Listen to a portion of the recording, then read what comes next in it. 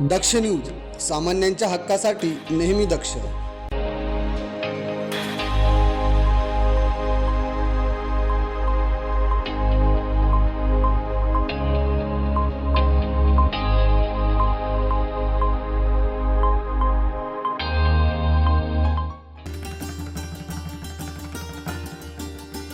शिवसेना महानगर प्रमुख तथा माजी नगरसेवक प्रवीण उर्फ बंटी तिदमे यांच्या प्रयत्नातून प्रभाग क्रमांक 24 मध्ये विकासाची गंगा वाहत आहे.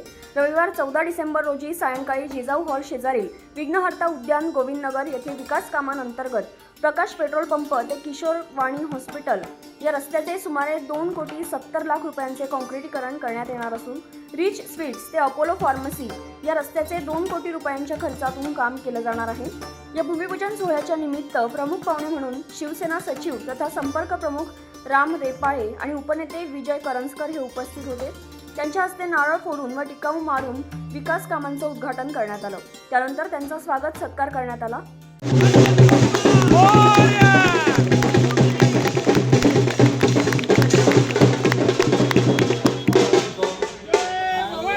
जय शिवाजी, छत्रपती शिवाजी महाराज की जय. शिवसेनेचा, शिवसेनेची.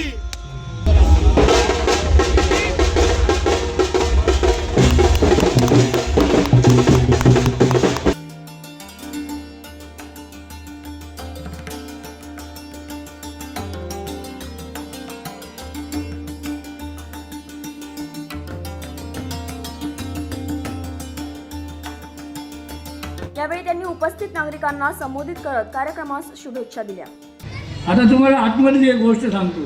नाशिकमध्ये सगळ्यात लाडका नगरसेवक साहेबांचा कोण असेल तो प्रवीण बंटी भाऊ आहे आपला, सगळ्यात लाडका. आता बंटी भाऊ सांगत होते की 100-150 कोटी, त्याच्या पुढे पण आहे अजून फिगर त्यांची आहे तिकडे. त्यांची भूक भागत नाही पण ते स्वतःसाठी पण मागत नाही. त्यांची भूक भागत नाही पण स्वतःसाठी पण मागत नाही. तमाम प्रभागातील जनतेसाठी त्यांचं लक्ष आहे, बारीक लक्ष. सातत्याने माझ्या प्रभागामध्ये हे व्हायला पाहिजे, माझ्या प्रभागामध्ये बगीचे व्हायला पाहिजे, उद्यान व्हायला पाहिजे, कॉन्क्रीटचे रस्ते व्हायला पाहिजे.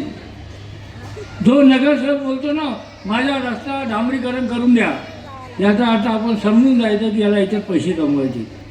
कारण का कॉन्क्रीट रोड झाल्यानंतर परत 15 वर्ष तो रस्ता करता येत नाही, म्हणजे पैसे काय मिळणार नाही. दरवर्षी डांबरीकरण करायचं, पैसे कमवायचे, डांबरीकरण करायचं, पैसे कमवायचे. पण आपला बंटी भाऊ तसा नाही आहे.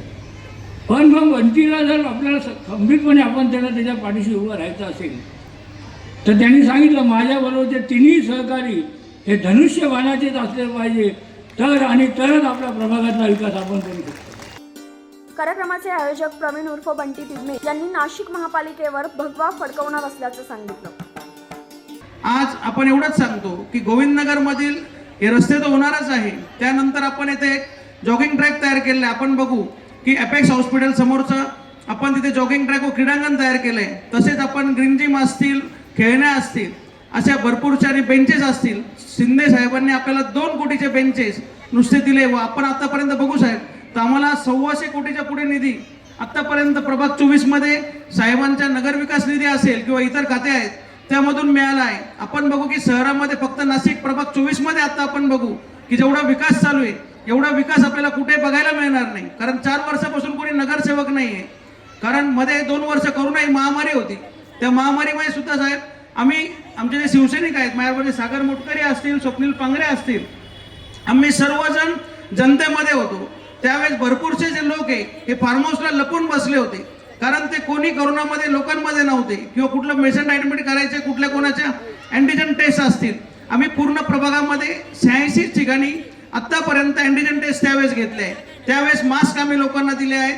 त्यानंतर जे काही ऑक्सिजन कॉन्स्ट्रक्टर आहे त्या ऑक्सिजन कॉन्स्ट्रक्टरची सुविधा सुद्धा आम्ही शेकडो लोकांना त्यावेळेस करून दिली आहे.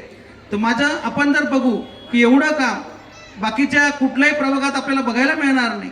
कारण जे काही मान्य एकनाथजी शिंदे साहेब असतील, मान्य दादाजी भुसे साहेब असतील, नेपाळे साहेब असतील, विजू अप्पा असतील व आमचे सहकारी सर्वच नेते असतील, या सगळ्यांच्या सहकार्यामुळे आपल्याला हे शक्य झालं आहे.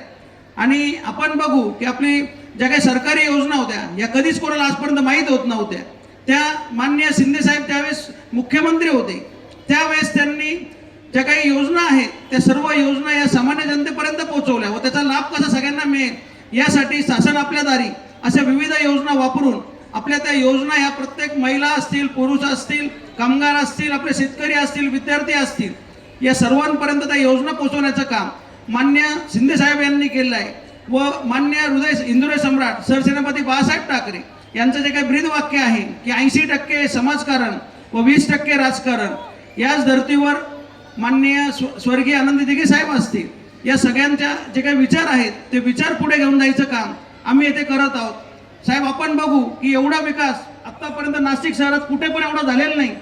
या सोहळ्याच्या निमित्ताने लाडक्या बहिणी, माता भगिनी, बाळगोपाळ तसेच ज्येष्ठ नागरिकांसाठी विविध खेळ व स्पर्धांचे भव्य आयोजन करण्यात आले होते.